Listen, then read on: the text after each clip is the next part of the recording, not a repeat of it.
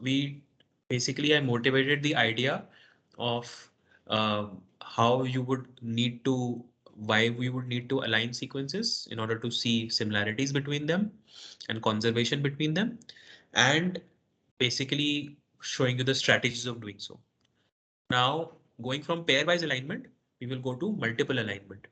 And the idea is that if you are looking at more sequences and more sequences have commonalities among them, then say the same amino acid is present after the alignment of these sequences, or same nucleic acid is present, that means evolutionarily it is favorable.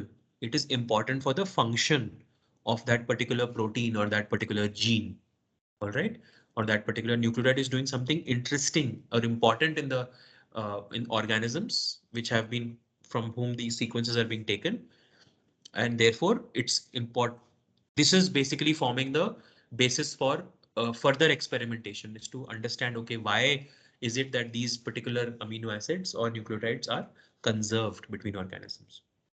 Okay, so uh, for example, we again take the three domains, right, that I started with in the pairwise alignment.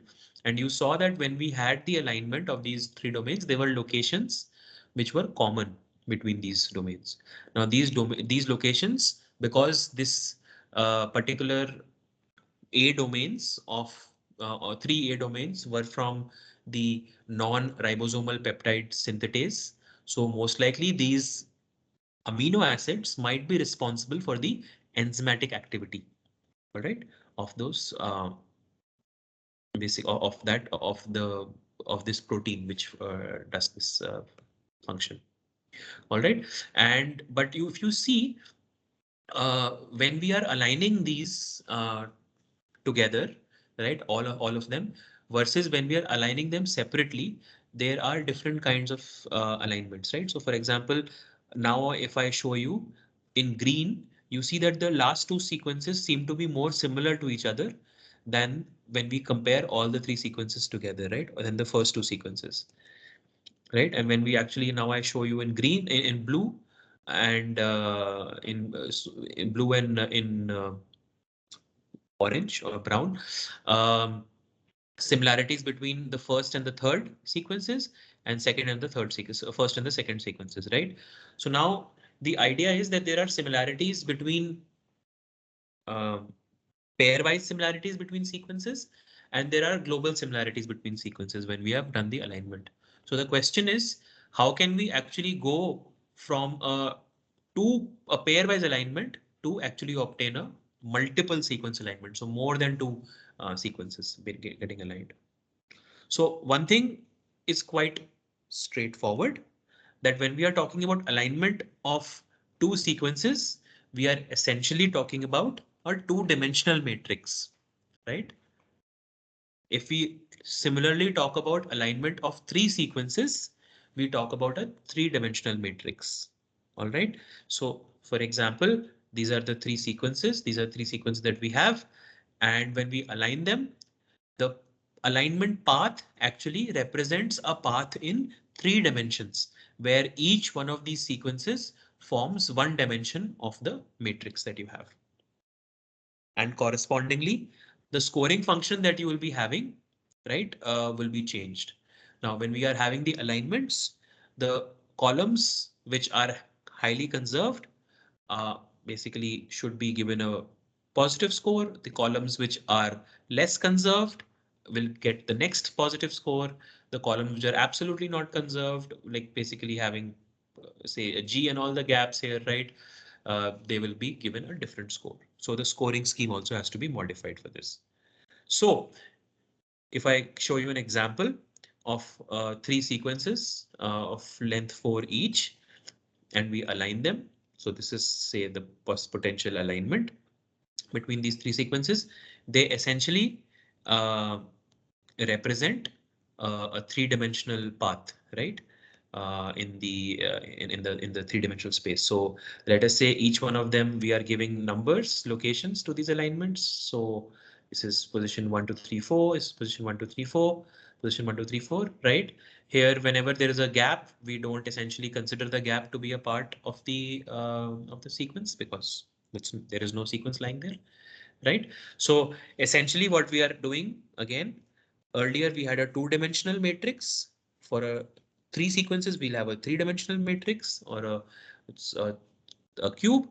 And for higher order sequences, we will have what's called a hypercube, a four-dimensional matrix, five-dimensional matrix if we have five sequences, or an n-dimensional matrix if we are aligning n sequences. All right. So what does this mean? When we are talking about writing the scoring functions, we were trying to write the scoring functions when you could move in three ways. You could either go you could go east, you could go south, or you could go along the diagonal. But in this case, there are seven potential ways in which you can move, right? You can be moving along the diagonal. That is when you have exact matches in all the three sequences. You can be moving along one face if you have match between the two sequences here. You can be moving along this face if you had a match between two sequences here, or this face if you had match between two sequences here, right? And then there is other locations where you actually insert gaps in all the three cases. So this modifies your scoring scheme. Similarly, basically, just you had earlier three uh, potential ways in which you can move. In this case, there are seven potential ways in which you can move. And each of the time you are essentially, if you have a gap, if you have a gap, you will have a specific scoring scheme that you'll be following. If you have a match, there'll be specific scoring scheme that you'll be following there, right? So this is essentially showing you the match. So when you move from I minus one, j minus one, k minus one, and you move in the same direction. So this is, sorry, this one is actually showing you the match, right? All the others are different kinds of penalties, right? And this delta XYZ is an entry in a three-dimensional scoring matrix now, right? So I'm not going to go into the details of this, but this is the basic idea of doing multiple sequence alignment using dynamic programming. Now, what are the some issues about these algorithms? It's dynamic programming algorithms to do multiple sequence alignment. So if we are talking about three sequences of length n, then you have to traverse. There are seven different ways in which you can essentially traverse, right, in the matrix. And there are n cubed uh, possible cells that you have to navigate, right? So this is n, this is n, this is n. So there will be n cube possible cells, intermediate cells that you will have to navigate, right? In this three-dimensional space. Earlier you had n squared, right? And you had three, so it was 3n squared for two-dimensional for two sequences. For three sequences, there is 3n cubed, right? So this basically goes to show that if we are talking about um, more than three sequences, let us say we talk about um, k-way alignment, right? So we talk about k different k different sequences of length n each. So then you will have n to the power k different nodes because you are having k different sequences. So you will have 2 to the power k minus 1 incoming edges that you will have to write the optimization. You have to basically write the code about. And the runtime is approximately going to be 2 to the power k n to the power k, right? So for example, if you apply this for three sequences, we have a 2 to the power 3 minus 1. This is 7. So these are the seven incoming edges.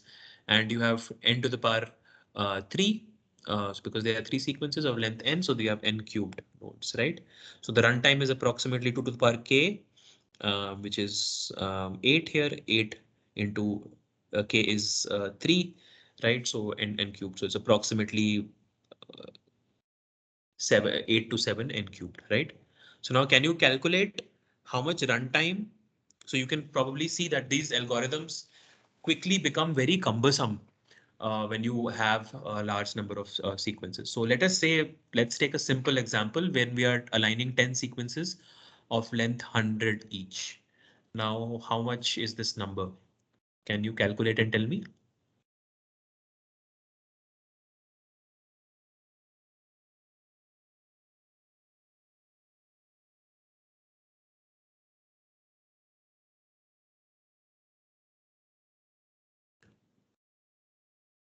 Yeah, Ratnesh, you have a question?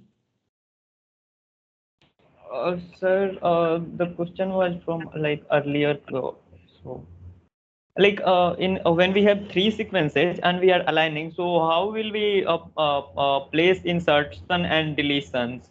Uh, like in that case, we can say that uh, like we can have a consensus sequence, right? And we can say that based on You this don't have to, consensus please sequence. don't confuse yourself. Ratnesh, don't put so much effort on your brain. It's very easy. The same thing that we see, right? In the case of two-dimensional, exactly the same thing is introduced in in three-dimensional as well. So, for example, I'm showing you here how the edges will move. So let us say we are at 0, 0. This is our source, and this point is our sorry. Let's say this is our source and this is our sink. All right. So we move from 0, 0. We move to 1, 1, 0. Right. So we go to 1. So this is 0. So we go to 1, 1, 0. Right. So this is 0. All the A's are matching here. Right. Yes, sir. So the gap insertion gap, this thing is exactly the same as two dimension. You just have penalties, right? Whenever there is a gap, there is a penalty for that gap. Yes, sir. Just that the matrix, the gap matrix is going to be interesting now. It's going to be, instead of having a two-dimensional gap matrix, you're going to have a three-dimensional gap matrix, right? Because now you can say that whenever you have an A, right? Whenever you have a nucleotide matching with both the nucleotides in the other sequence, what score you are going to give?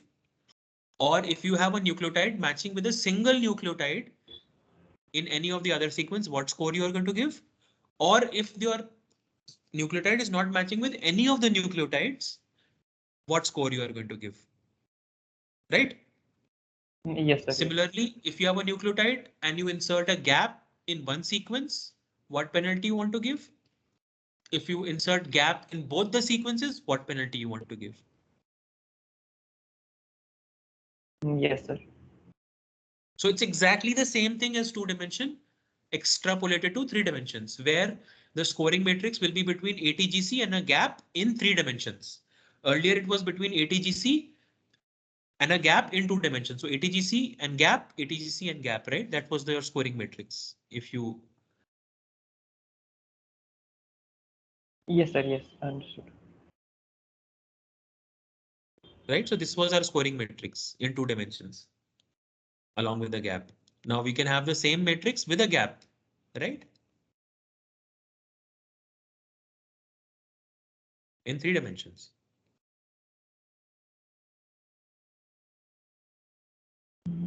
So this was a scoring matrix, right? Now add one more ATGC and a gap. So you have a three-dimensional scoring matrix. And the same things can just be extrapolated. Yes, sir. Yes. Yes, understood. Is this clear to everybody? Please raise your, keep your hand down. Yes, sir. Yeah. Yeah, Vishantan. So I said it's clear.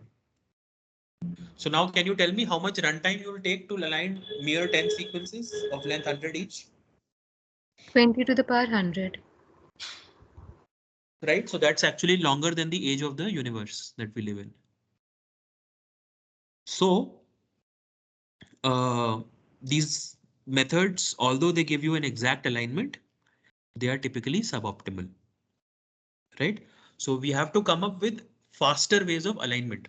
And this is what I'll be talking about in the rest of the lecture. How So can we just a actually do second, that? it won't be. So won't it be like 100 to the power 10 into 2 to the power 100?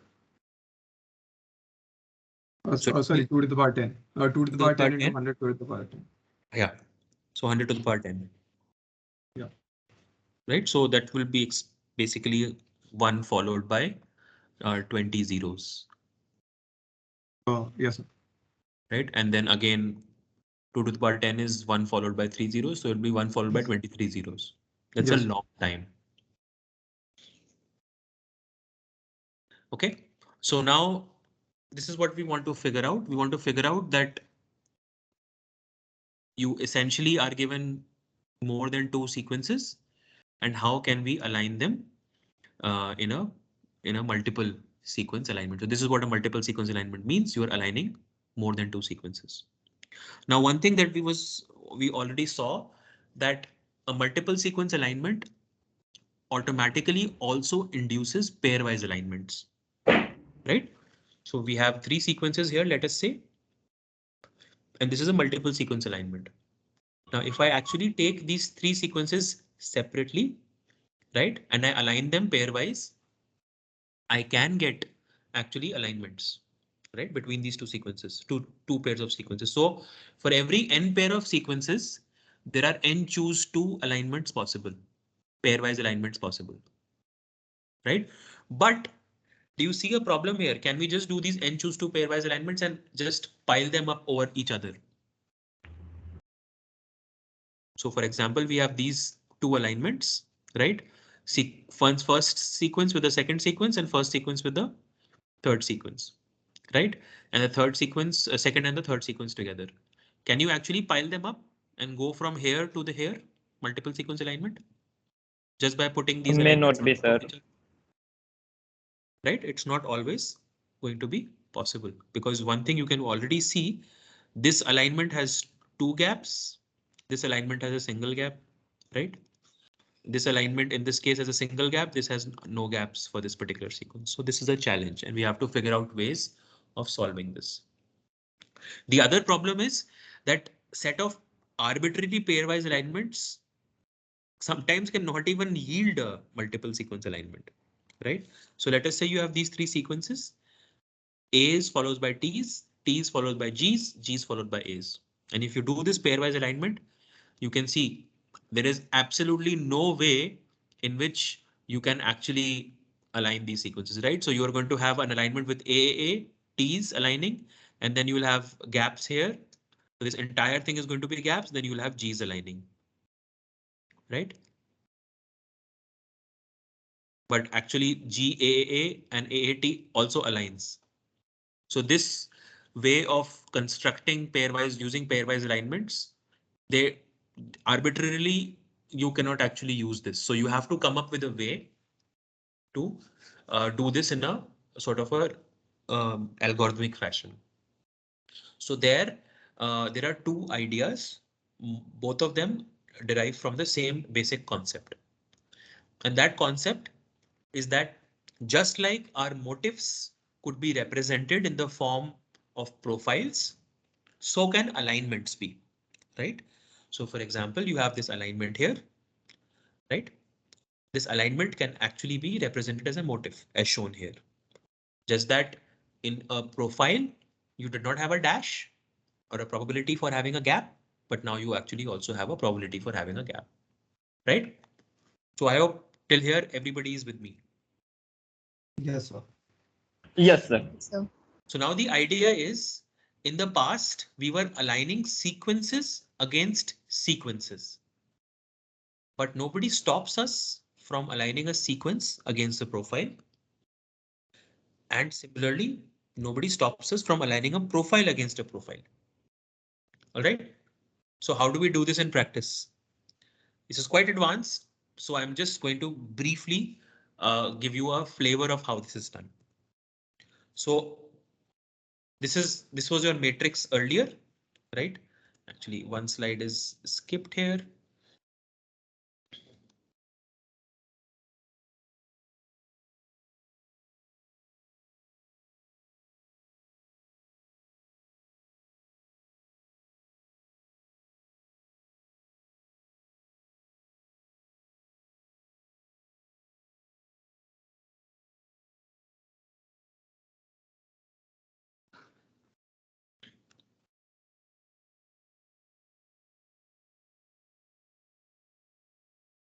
So let us say this was your matrix earlier, right? Where you were aligning a sequence against a sequence.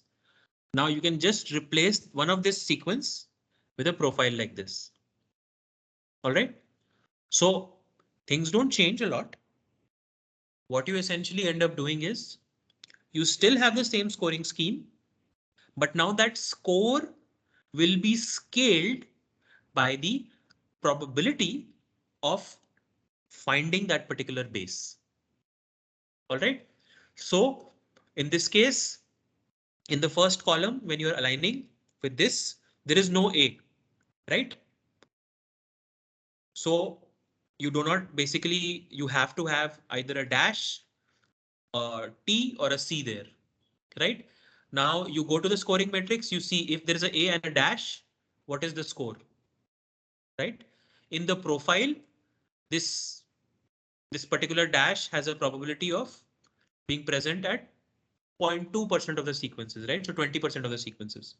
So you multiply the probability of finding a dash with the penalty of finding a dash with respect to an A, and you get a value, right?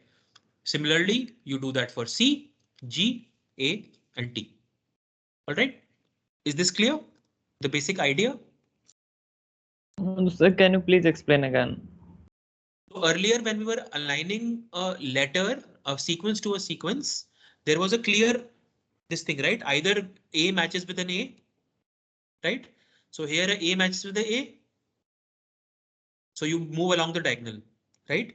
Yes.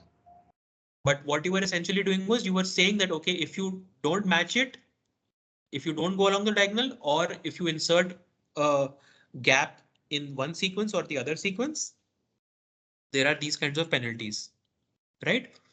But Yes, sir. now when you have a profile, you can say that, okay, we can either have gaps, right? And the gap itself has a certain probability of coming. So if you are inserting a gap in this direction, right? So basically, if you are inserting a gap, that essentially means you have a and you move southwards, right? So this is essentially a gap at this location. So the probability of finding a gap is 20%. So the score of matching an A with a gap will be multiplied by 20% here. Similarly, T, finding a T here, right? Putting a gap instead of a T, right? So you basically move further south. You will be putting the score of T matching with a gap and you will multiply it by 0.2. But for example, if you were to move from this node to this node, you are essentially, then you will be saying that, okay, I'm going to now see what is the probability of either getting an A here or a C here, a G here, or a T here, right? I'm going to calculate all the scores. So I'm going to calculate the score of T to T, T to G, T to C, T to A, right? T to A and T to G will be 0. So that is 0. T to T is going to have some positive value, and that positive value is going to be scaled by 20%, right? T to C is going to be a penalty because you are having a mismatch. So let us say -1. So that value is going to be minus 0.6 here. So you're going to find the maximum of minus 0.6. Let's say matching is +1, so it will be 0.2, right? And 0. So the So could value you that you will explain actually this get part here in this again node is going to once? be 0.2. So then in which way we will go with, how will we decide that whether we have to go right or down or You along the don't decide. diagonal? You have not understood the algorithm. You don't decide. Basically, at each node, you calculate what is the best way to reach that node, right? So for example, you first fill all these values, then you fill all these values, then the next node is this node, right? Then you decide, okay, with the values that I am having So here, but if I here move to like this node. so the in the first row we fill the profile, right? Not like a string of characters. Yes. But then like how do we fill like say the second row? The second row will be based on all the values that you have already. So let's say, so if you fill the first row, right? This basically means Yes, with sir. respect to A, there is a dash. Okay. There is a dash in each of these locations. So A, with respect to A, what's the probability of finding a dash at this location is 0.2. So the score that you will be giving will be A, the penalty, let's simplify. The dash is -1 penalty, right? So there will be -1 Right. multiplied by 0.2. So it will be 0.2, right? Then at these other locations, you have zero probability of finding a dash.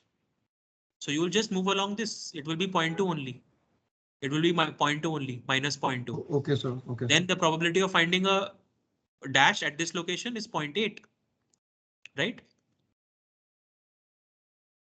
Okay, so basically we do this for every like character of the profile, right? So we do it individually for A, then C, then G, then T, then dash Yes, for the first row. exactly. Okay.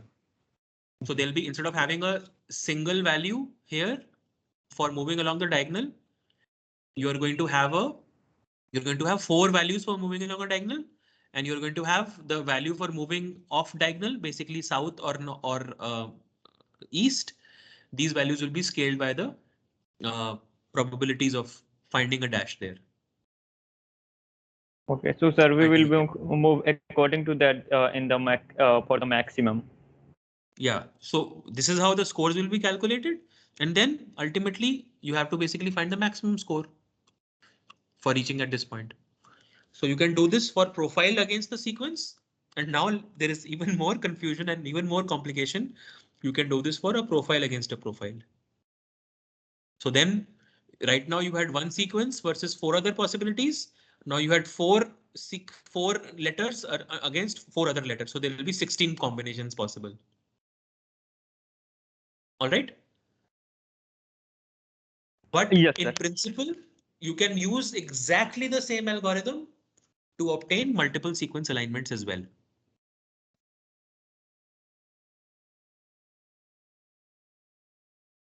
Yes, sir. Is the idea clear? So this is beyond the scope of any undergraduate bioinformatics course, but I wanted to give you a flavor of exactly how multiple sequence alignment is done beyond the simple dynamic programming idea. Yes, sir. The idea is Is it clear to everybody?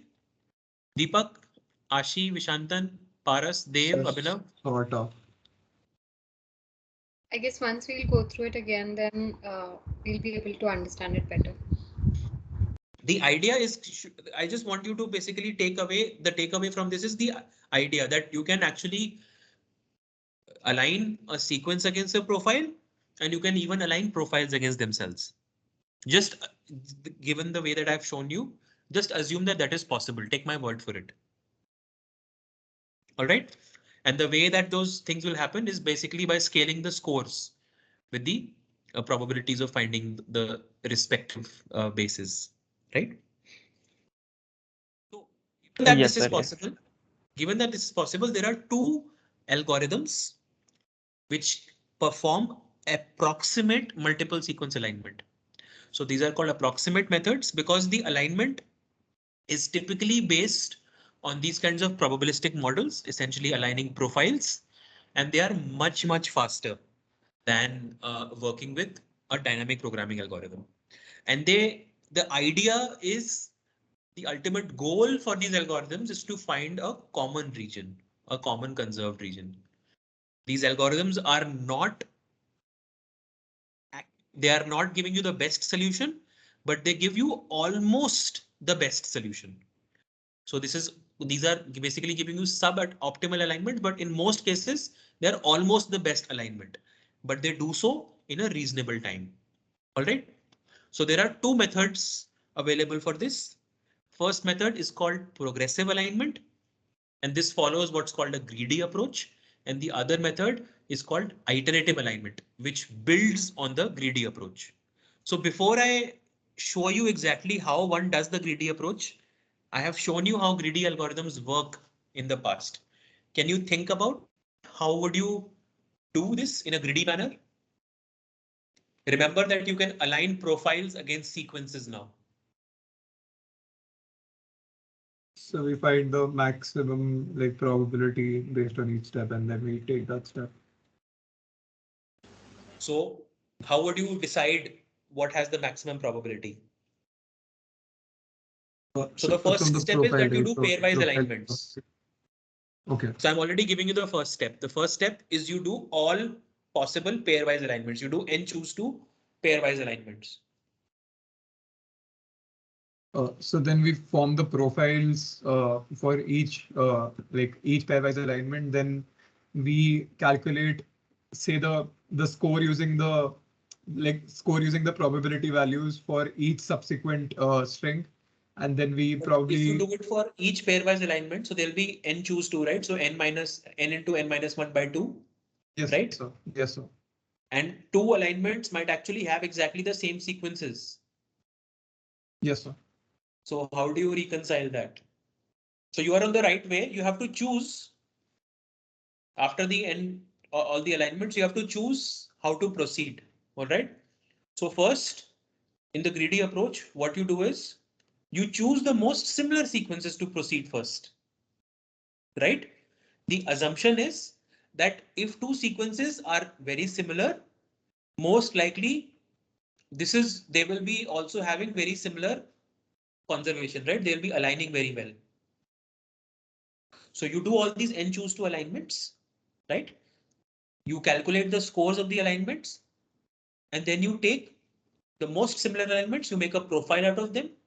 So now you have k minus 2 sequences, right? And one profile. Now you align k minus 2 sequences with this one profile. You get the best score, right? Then you make a profile of this original profile and this new sequence. Then you have k minus 3 sequences and one profile. And like this, you keep on accumulating a profile. All right. Because ultimately, your alignment would represent nothing but a profile, right? Your profile would essentially be representing the alignment. Is this clear? So this Yes, method sir. is Yes sir. this method is used by two very popular tools that you'll be doing in your laboratory is Cluster W and T-Coffee. All right, so I'll show you an example. Let's say there are these four sequences, right? So there are 4 choose 2, 4 into 3 divided by 2, 6 pairwise alignments, right? And we do a very simple scoring scheme, +1 for match and -1 for indels and mismatches. You get these scores for these three, right? So this is the highest scoring one. And then these are the other low scoring ones, alignments. So what you do first is that you make, if you take these two highest scoring ones, you make a profile out of them. All right. So you make the profile out of S2 and S4. And this is how the profile looks like. It is a G, T, C. There could be a T or a A here. There is a G here, an A or a C here, and there's a A here. Right. Now you align these three sequences, two sequences and this alignment, right? This profile. So can you tell me which is going to be the next sequence that is going to get absorbed in the profile? Just by looking at it. Sir, which sequence, sir? Sir, perhaps. Okay, sir. I guess, sir, in this slide, we can. Sir, are you showing which slide are you showing exactly?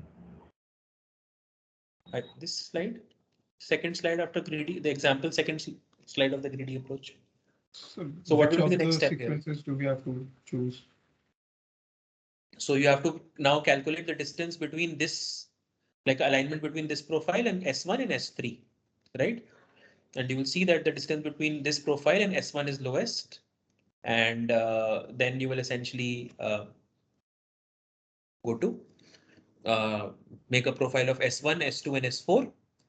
And then you will align that profile with S3 and you'll get your final alignment. All right. So this is the actual step of doing so. You get S1, S2, S4. You do all pairwise alignments. And then you create what's called a distance matrix. This distance matrix tells you what are the distances between these alignments, right? Then what you do is you organize these matrix distances into a dendrogram, which is basically showing you evolutionary relationships, these distances in the form of a tree. All right. And now what you do is you start to basically follow the steps. You align S1 and S3 because this has got the highest score here. Then you go to the next highest thing. you align S2 and S4 actually, because they will have a higher score of aligning than individuals aligning with S2 with the profile of S1 and S3. And then you align the two profiles of S1, S3 and S2, S4 with each other, and then you will get a final alignment. Okay, so this is one way of doing this, but can you see a problem with this? Does it inherently have a problem that I already showed you before?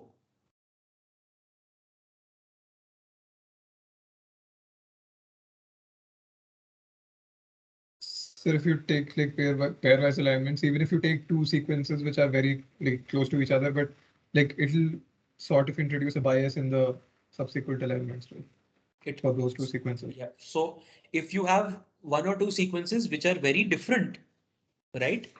Let's say S4 is very different from S1 to 3. So the tree will basically see that S4 is separate and S1 to 3 are similar to each other. So we're going to come to how to make trees in the next class, in the next module onwards. So then whenever you have like less similar sequences, this typically these algorithms don't give you very good results. So to solve this problem, people came up with what's called iterative alignments. So iterative alignments essentially work in this way. You first obtain a draft progressive alignment. Now, based on this draft progressive alignment, you say that, okay, now the penalties that I have to take should be coming from within the alignment itself. So if I am having sequences which are very further apart, then the penalties are going to be much higher. Sequences which are very similar to each other, then the penalties are going to be much lower. So the second step is you improve this alignment by using a Kimura distance matrix that you estimate from the first progressive alignment itself. And the last step is called refinement of alignment. Refinement of alignment essentially is very interesting. You have obtained already a second progressive alignment. And then what you do is you essentially play around with the gaps. So here you take the sequence with gaps and you move the gaps within the aligned sequence so that you obtain more matches. So you can move the gap either to the left, to the right, and after moving each gap to the left or the right, you count whether your number of matches is increasing. So in this case, when we move this gap two bases here, the number of matches increases by 3. All right, in the complete alignment here. The matches, we are talking about matches in the entire alignment. All right. Earlier there was this match was there. This column was matching, right? And this first column is matching, but by doing this, first column matches, third column matches, fourth matches, fifth matches, and the sixth matches. So you have +3 matches now. All right. So how this is done. So this is used by a tool called Muscle, another tool which you would be using in your lab. So this is how the protocol works. This is just a basic idea. You have unaligned sequences. You start with the matrix, right? And then you make a tree. This tree is used to do the progressive alignment. You compute the new distance matrix, Kimura distance matrix from this. You use this to do the second alignment.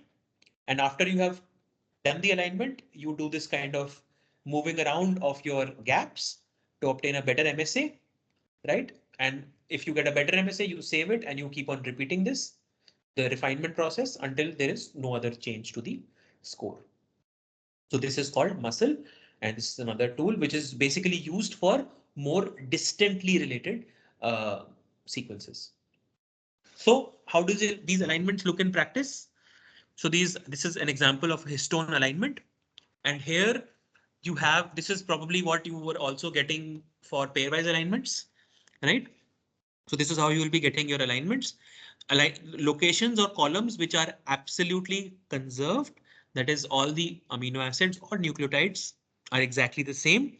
They will have a star here or have an asterisk here, right? Locations where amino acids, this is specifically for amino acids that are mutating between similar characteristics of amino acids. All right. So a lysine and a proline are similar kinds of amino acids, So there are not similar kinds of amino acids. So this is called non-conservative alignment, right? On the other hand, a T and an S, I'm forgetting the name of these amino acids, but on a T and S, can somebody tell me what these are? So S I think is serine. What is T? So thymine. Thymine is for nucleic acid. So thymine is a nucleic acid, yeah. So can somebody tell me? So Ratnesh, can you find what is the charge of T? And Vishantan, can you tell me what is the charge of S, serine? Yeah, sir. So T is threonine. T is threonine and S is a serine. Answer, it's Yes, sir. uncharged. It's a serine. Right? So both of them are uncharged nucleic acids. So they are actually conserved in the sense that their nucleic acid property, their amino acid properties or their physical properties are similar. So we call these kinds of alignments conserved alignments, and you can probably see that they will be penalized less also because the amino acid nature is not changing. Similarly, you have lysine and proline. So proline is a helix breaker, right? And lysine is a with no side group, right? So they are definitely, these two are amino acids are very different from each other. So they are most likely not conserved because this definitely is changing the shape of the protein, right? Because if you have a proline, if you remember from your molecular biology or earlier courses, a proline is a helix breaker, so it breaks the shape, it breaks the pattern in the amino acid folding chain of amino acid folding to make a higher dimensional structure. Similarly, there is something called semi-conservative cases. So semi-conservative is in the case of A and V. So can somebody tell me what is the charge of A and what is the charge of V?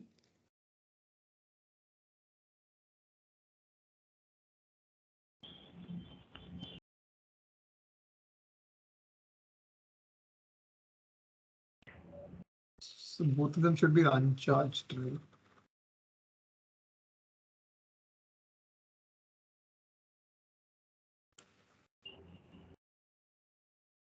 Yeah. But Okay, so they're, it's they're written, it's net negative charge on right. alanine So at least. one of them is negative and the other one is uncharged. Right. So you typically have semi-conservative alignment when the amino acids are almost similar to each other. Conservative is when amino acids are very similar to each other. They are in the same kind of, they have same kind of physical properties with like certain modifications, right? Not that large modifications. And non-conservative is where amino acids are absolutely not related to each other. All right. So this gives us to the idea of, this is what Ratnesh, you were asking yesterday. There were two things which are reported in alignments. One report is called similarity and the other report is called identity. So identity is basically the counts in an alignment of those locations where the amino acid or the nucleic acid is exactly identical. So it's exactly the same amino acid or nucleic acid. Similarity is identity plus all those amino acids or nucleic acids which are having conservative alignments or semi-conservative alignments.